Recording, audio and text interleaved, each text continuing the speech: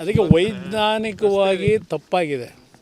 ಇದು ಎಂಥವ್ರಿಗೂ ಇದರ ತಾಂತ್ರಿಕತೆ ಇಲ್ಲದೆ ಇರ್ತಕ್ಕಂಥವ್ರಿಗೂ ಅದರ ಅನುಭವ ಇಲ್ಲದೆ ಇರ್ತಕ್ಕಂಥವ್ರಿಗೂ ಇಲ್ಲಿ ಅರ್ಥ ಆಗ್ತದೆ. ಅದರಿಂದ ಇವತ್ತು ಗಡ್ಕರಿಯವರ ಗಮನಕ್ಕೆ ತರ್ತೇನೆ. ಗಡ್ಕರಿಯವರ ಗಮನಕ್ಕೆ ತಂದು ಇಲ್ಲಿ ಯಾವ ರೀತಿ ಕೆಲಸ ನಡೀತಿದೆ ಒಂದು ಸಲ ಅವರು ಸ್ಥಳ ಪರಿಶೀಲನೆ ಮಾಡತಕ್ಕಂಥದ್ದು, ಅಲ್ಲಿ ಕೇಂದ್ರದ ಹಿರಿಯ ಅಧಿಕಾರಿಗಳನ್ನು ಕರ್ಕೊಂಬಂದು ಇಲ್ಲಿ ಕೆಲಸ ಒಂದು ಸಲ ಏನು ನಡೀತಾ ಇದೆ ಅಂತಕ್ಕಂಥ ನೋಡಬೇಕು ಅಂತಕ್ಕಂಥ ಮನವಿ ಮಾಡ್ತಾರೆ. ಮೂರು ಹಂತದಲ್ಲಿ ಕೊಡ್ತಾ ಇದ್ರು, ಮನೆ ಕಳ್ಕೊಂಡ್ರು ಒಂದು ಹಂತ, ಜೊತೆಗೆ ಸಂಪೂರ್ಣ ಮನೆ ಹಾಳಾದ್ರೆ ಒಂದು ಹಂತ. ಈ ಎಲ್ಲ ಪರಿಹಾರಗಳನ್ನ ಸಿದ್ದರಾಮಯ್ಯ ಸರ್ಕಾರದಲ್ಲಿ ಈಗ ಕಡಿತ ಮಾಡಿದ್ದಾರೆ ಅಂತ. ಇದೇ ಯಡಿಯೂರಪ್ಪನವ್ರ ಕಾಲದಲ್ಲಿ 3 ಹಂತಗಳಲ್ಲಿ ಅಂದರೆ 1 ಲಕ್ಷ ಪ್ರಾರಂಭಿಕ ಹಂತದಲ್ಲಿ ಫೌಂಡೇಶನ್ ಹಾಕಲಿಕ್ಕೆ, ನಂತರ 2ನೇ ಹಂತದಲ್ಲಿ 2 ಲಕ್ಷ 5 ಲಕ್ಷ ರೂಪಾಯಿಗಳು ಕೊಡ್ತಕ್ಕಂಥದ್ದು ಅವತ್ತು ತೀರ್ಮಾನ ಮಾಡಿದರು. ಆದರೆ ಅದರ ಬಗ್ಗೆ ಇನ್ನೂ ಕಾರ್ಯರೂಪಕ್ಕೆ ಬರಲಿಲ್ಲ ಅಂತಕ್ಕಂಥದ್ದು ಒಂದು ಲೋಪಗಳು ಇದೆ ಅಂತಕ್ಕಂಥ ಹೇಳ್ತಾರೆ.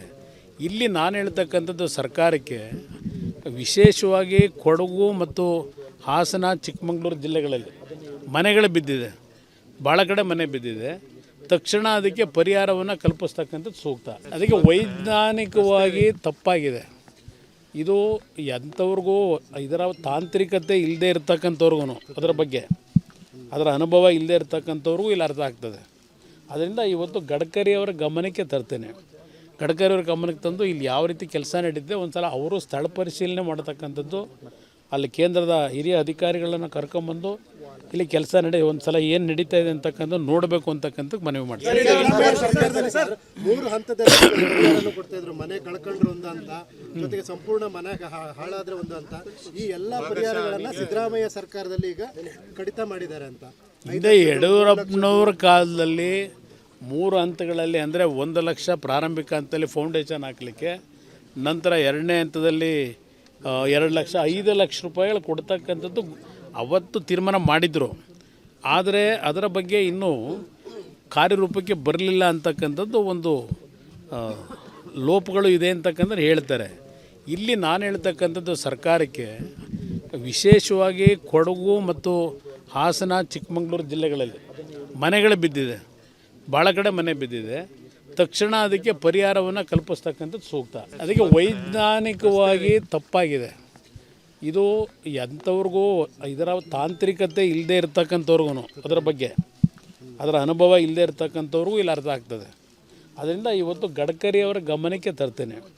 ಗಡ್ಕರಿಯವರ ಗಮನಕ್ಕೆ ತಂದು ಇಲ್ಲಿ ಯಾವ ರೀತಿ ಕೆಲಸ ನಡೀತಿದೆ ಒಂದು ಸಲ ಅವರು ಸ್ಥಳ ಪರಿಶೀಲನೆ ಮಾಡತಕ್ಕಂಥದ್ದು, ಅಲ್ಲಿ ಕೇಂದ್ರದ ಹಿರಿಯ ಅಧಿಕಾರಿಗಳನ್ನು ಕರ್ಕೊಂಬಂದು ಇಲ್ಲಿ ಕೆಲಸ ಒಂದು ಸಲ ಏನು ನಡೀತಾ ಇದೆ ಅಂತಕ್ಕಂಥ ನೋಡಬೇಕು ಅಂತಕ್ಕಂಥ ಮನವಿ ಮಾಡ್ತಾರೆ. ಮೂರು ಹಂತದಲ್ಲಿ ಕೊಡ್ತಾ ಇದ್ರು, ಮನೆ ಕಳ್ಕೊಂಡ್ರು ಒಂದು ಹಂತ, ಜೊತೆಗೆ ಸಂಪೂರ್ಣ ಮನೆ ಹಾಳಾದ್ರೆ ಒಂದು ಹಂತ. ಈ ಎಲ್ಲ ಪರಿಹಾರಗಳನ್ನ ಸಿದ್ದರಾಮಯ್ಯ ಸರ್ಕಾರದಲ್ಲಿ ಈಗ ಕಡಿತ ಮಾಡಿದ್ದಾರೆ ಅಂತ. ಇದೇ ಯಡಿಯೂರಪ್ಪನವ್ರ ಕಾಲದಲ್ಲಿ 3 ಹಂತಗಳಲ್ಲಿ ಅಂದರೆ 1 ಲಕ್ಷ ಪ್ರಾರಂಭಿಕ ಹಂತದಲ್ಲಿ ಫೌಂಡೇಶನ್ ಹಾಕಲಿಕ್ಕೆ, ನಂತರ 2ನೇ ಹಂತದಲ್ಲಿ 2 ಲಕ್ಷ 5 ಲಕ್ಷ ರೂಪಾಯಿಗಳು ಕೊಡ್ತಕ್ಕಂಥದ್ದು ಅವತ್ತು ತೀರ್ಮಾನ ಮಾಡಿದರು. ಆದರೆ ಅದರ ಬಗ್ಗೆ ಇನ್ನೂ ಕಾರ್ಯರೂಪಕ್ಕೆ ಬರಲಿಲ್ಲ ಅಂತಕ್ಕಂಥದ್ದು ಒಂದು ಲೋಪಗಳು ಇದೆ ಅಂತಕ್ಕಂಥ ಹೇಳ್ತಾರೆ.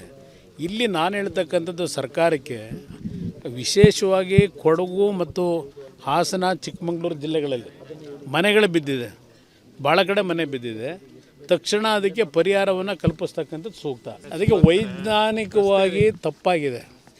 ಇದು ಎಂಥವ್ರಿಗೂ ಇದರ ತಾಂತ್ರಿಕತೆ ಇಲ್ಲದೆ ಇರ್ತಕ್ಕಂಥವ್ರಿಗೂ ಅದರ ಅನುಭವ ಇಲ್ಲದೆ ಇರ್ತಕ್ಕಂಥವ್ರಿಗೂ ಇಲ್ಲಿ ಅರ್ಥ ಆಗ್ತದೆ. ಅದರಿಂದ ಇವತ್ತು ಗಡ್ಕರಿಯವರ ಗಮನಕ್ಕೆ ತರ್ತೇನೆ. ಗಡ್ಕರಿಯವರ ಗಮನಕ್ಕೆ ತಂದು ಇಲ್ಲಿ ಯಾವ ರೀತಿ ಕೆಲಸ ನಡೀತಿದೆ ಒಂದು ಸಲ ಅವರು ಸ್ಥಳ ಪರಿಶೀಲನೆ ಮಾಡತಕ್ಕಂಥದ್ದು, ಅಲ್ಲಿ ಕೇಂದ್ರದ ಹಿರಿಯ ಅಧಿಕಾರಿಗಳನ್ನು ಕರ್ಕೊಂಬಂದು ಇಲ್ಲಿ ಕೆಲಸ ಒಂದು ಸಲ ಏನು ನಡೀತಾ ಇದೆ ಅಂತಕ್ಕಂಥ ನೋಡಬೇಕು ಅಂತಕ್ಕಂಥ ಮನವಿ ಮಾಡ್ತಾರೆ. ಮೂರು ಹಂತದಲ್ಲಿ ಕೊಡ್ತಾ ಇದ್ರು, ಮನೆ ಕಳ್ಕೊಂಡ್ರು ಒಂದು ಹಂತ, ಜೊತೆಗೆ ಸಂಪೂರ್ಣ ಮನೆ ಹಾಳಾದ್ರೆ ಒಂದು ಹಂತ. ಈ ಎಲ್ಲ ಪರಿಹಾರಗಳನ್ನ ಸಿದ್ದರಾಮಯ್ಯ ಸರ್ಕಾರದಲ್ಲಿ ಈಗ ಕಡಿತ ಮಾಡಿದ್ದಾರೆ ಅಂತ. ಇದೇ ಯಡಿಯೂರಪ್ಪನವ್ರ ಕಾಲದಲ್ಲಿ 3 ಹಂತಗಳಲ್ಲಿ ಅಂದರೆ 1 ಲಕ್ಷ ಪ್ರಾರಂಭಿಕ ಹಂತದಲ್ಲಿ ಫೌಂಡೇಶನ್ ಹಾಕಲಿಕ್ಕೆ, ನಂತರ 2ನೇ ಹಂತದಲ್ಲಿ 2 ಲಕ್ಷ 5 ಲಕ್ಷ ರೂಪಾಯಿಗಳು ಕೊಡ್ತಕ್ಕಂಥದ್ದು ಅವತ್ತು ತೀರ್ಮಾನ ಮಾಡಿದರು. ಆದರೆ ಅದರ ಬಗ್ಗೆ ಇನ್ನೂ ಕಾರ್ಯರೂಪಕ್ಕೆ ಬರಲಿಲ್ಲ ಅಂತಕ್ಕಂಥದ್ದು ಒಂದು ಲೋಪಗಳು ಇದೆ ಅಂತಕ್ಕಂಥ ಹೇಳ್ತಾರೆ. ಇಲ್ಲಿ ನಾನು ಹೇಳ್ತಕ್ಕಂಥದ್ದು ಸರ್ಕಾರಕ್ಕೆ, ವಿಶೇಷವಾಗಿ ಕೊಡಗು ಮತ್ತು ಹಾಸನ ಚಿಕ್ಕಮಗಳೂರು ಜಿಲ್ಲೆಗಳಲ್ಲಿ ಮನೆಗಳು ಬಿದ್ದಿದೆ, ಭಾಳ ಕಡೆ ಮನೆ ಬಿದ್ದಿದೆ. ತಕ್ಷಣ ಅದಕ್ಕೆ ಪರಿಹಾರವನ್ನು ಕಲ್ಪಿಸ್ತಕ್ಕಂಥದ್ದು ಸೂಕ್ತ.